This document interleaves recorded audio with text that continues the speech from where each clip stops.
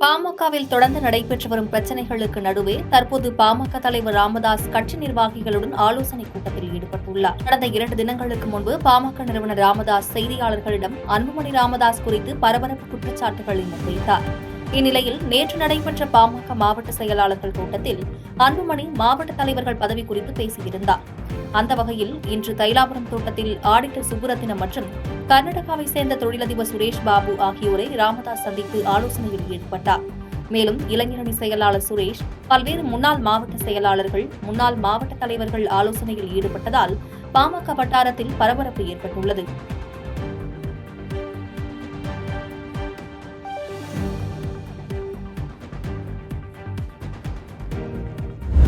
யார் தொடர்பிலும் இல்லாமல் ஊரை விட்டே சென்றுவிட வேண்டும் அல்லது உயிரை துறப்பதுதான் வழி என பாமக கௌரவ தலைவர் ஜி.கே. மணி உருக்கமாக பேசியுள்ளார். விழுப்புரத்தில் செய்தியாளர்களை சந்தித்து பேசிய பாமக கௌரவ தலைவர் ஜி.கே. மணி, பாமகவில் நடப்பது உட்கட்சி பிரச்சினை, அது குறித்து கருத்து தெரிவிக்கும் சூழ்நிலையில் நாங்கள் இல்லை எனவும், நான் கட்சிக்கும் ராமதாசுக்கும் அன்புமணிக்கும் உண்மையாக இருக்க வேண்டும் என நினைப்பதாகவும் பேசினார். தன் மீது குற்றச்சாட்டு சுமத்துபவர்கள் மீது நான் எந்த குற்றச்சாட்டையும் கூற விரும்பவில்லை எனவும், இதனால் மிகுந்த மன உளைச்சலில் இருப்பதால் நான் யார் தொடர்பிலும் இல்லாமல் ஊரை விட்டே சென்றுவிட வேண்டும் அல்லது உயிரை துறப்பதுதான் வழி என நினைப்பதாக உருக்கமாக பேசியுள்ளார். இது சந்தர்ப்ப சூழல், சில நிகழ்வுகள் இப்படி நடந்துவிட்டது, அது நிகழக்கூடாது. அதில் நிகழ்ந்த நிகழ்வை, அந்த நெருக்கடியை தீர்க்கணும், ஒற்றுமைப்படுத்தணும் தான் எல்லாருடைய முயற்சி, தீவிர முயற்சி. அது நடக்கணும். தயவுசெய்து ஊடகங்களாக இருக்கிற நண்பர்கள் தற்போது பரவி வரும் கொரோனாவால் பொதுமக்கள் யாரும் பதற்றப்பட வேண்டியதில்லை என்று அமைச்சர் மா. சுப்பிரமணியன் தெரிவித்துள்ளார். சென்னை ஓமந்தூரார் அரசினர் தோட்டத்தில் உள்ள தமிழ்நாடு அரசு பன்னோக்கு உயர் சிறப்பு மருத்துவமனையில் நடைபெற்ற நிகழ்ச்சியில் கலந்து கொண்ட பின் மருத்துவ மற்றும் மக்கள் நல்வாழ்வுத்துறை அமைச்சர் மா. சுப்பிரமணியன் செய்தியாளர்களை சந்தித்து பேசினார். அப்போது தமிழ்நாடு அரசு எடுத்த பல்வேறு கடுமையான நடவடிக்கைகளால் பெண் குழந்தை பிறப்பு விகிதம் அதிகரித்துள்ளது என்றும், தமிழ்நாட்டில் மகப்பேறு மரணம் விகிதம் குறைந்து வருகிறது என்றும் பெருமிதம் தெரிவித்தார்.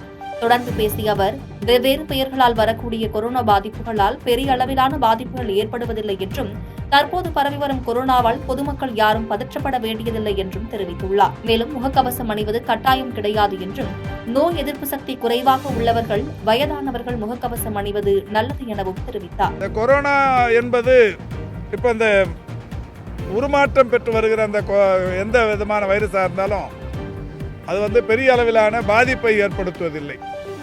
ஒரு 2-3 நாள் சளி, காய்ச்சல், இருமல் இந்த மாதிரியான உபாதைகளோடு அது முடிந்து வருகிறது. அந்த வகையில் தான் இப்போவும் கூட இந்தியா முழுக்க இன்னைக்கு ஒரு 1500க்கும் 1800க்கும் மேற்பட்டவர்களுக்கு, தமிழ்நாடு மட்டும் அல்ல இந்தியா முழுவதும் இருக்கிற அனைத்து மாநிலங்களிலும் இந்த கொரோனா இருப்பது கண்டறியப்பட்டிருக்கிறது.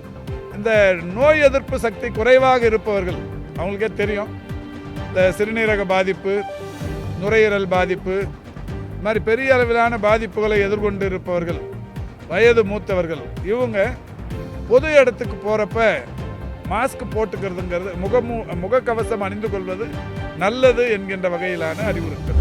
கோவில்களில் இலவசமாக பொதுமக்களுக்கு முகக்கவசங்கள் வழங்குவது தொடர்பாக நடவடிக்கை மேற்கொள்ளப்பட்டு வருகிறது என அமைச்சர் பி.கே. சேகர்பாபு தெரிவித்துள்ளார். சென்னை வால்டாக் சாலை அருகில் வடசென்னை வளர்ச்சி திட்டத்தின் கீழ் CMDA சார்பில் நடைபெற்று வரும் பல்வேறு பணிகளை இந்து சமய அறநிலையத்துறை அமைச்சர் பி.கே. சேகர்பாபு கள ஆய்வு மேற்கொண்டார்.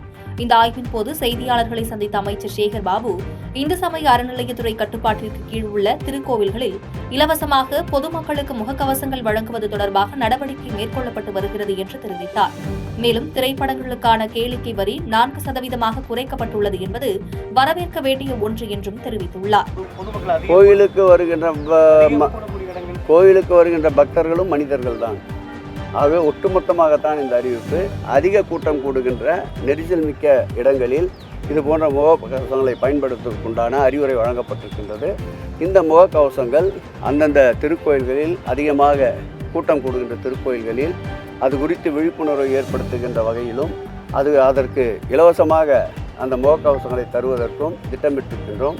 இன்று 12 மணிக்கு கூட நம்முடைய இந்து சமய அறநிலையத்துறை தலைமை அலுவலகத்தில் அது குறித்த ஆய்வுக் கூட்டத்தை மேற்கொண்டிருக்கின்றோம். மாண்புமிகு முதல்வர் அவர்கள் எல்லா வகையிலேயும் மக்கள் எந்த வகையிலும் நோயின் தாக்கத்திற்கு ஆளாகி எந்த பாதிப்பும் ஏற்படாமல் இருப்பதற்கு அனைத்து முன்னெச்சரிக்கை நடவடிக்கைகளையும் மேற்கொண்டு வருகின்றார். தாவேக தலைவர் நீட் தேர்வு குறித்து சரியான விளக்கம் வழங்கியுள்ளார் என தமிழ் மாநில காங்கிரஸ் கட்சியின் தலைவர் ஜி.கே. வாசன் தெரிவித்துள்ளார். சென்னை ஆழ்வார்பேட்டையில் அமைந்துள்ள தமிழ் மாநில காங்கிரஸ் கட்சியின் தலைமை அலுவலகத்தில் கட்சியின் தலைவர் ஜி.கே. வாசன் செய்தியாளர்களை சந்தித்து பேட்டியளித்தார். அப்போது பேசிய அவர், திமுகவை பொறுத்தவரை கடந்த சட்டமன்ற நாடாளுமன்ற தேர்தலில் வாக்காளர்களின் நாவில் தேனை தடவியது போல் பேசிவிட்டு தற்பொழுது கசப்பான மருந்தான வீட்டுவரி உயர்வு, டீசல் எரிவாயு போன்ற விலை ஏற்றத்தை ஏற்படுத்தி வருகின்றனர் என்றும், கொடுக்கப்பட்ட கோரிக்கைகளை மற்ற கட்சிகள் தட்டி கேட்டால் அதனை கண்டும் காணாமல் இருக்கின்றனர் என்றும் குற்றம் சாட்டி பேசினார். மேலும் தாவேக தலைவர் நீட் தேர்வு குறித்து சரியான விளக்கம் வழங்கியுள்ளார் என தெரிவித்தார். குறிப்பாக திமுகவை பொறுத்தவரையில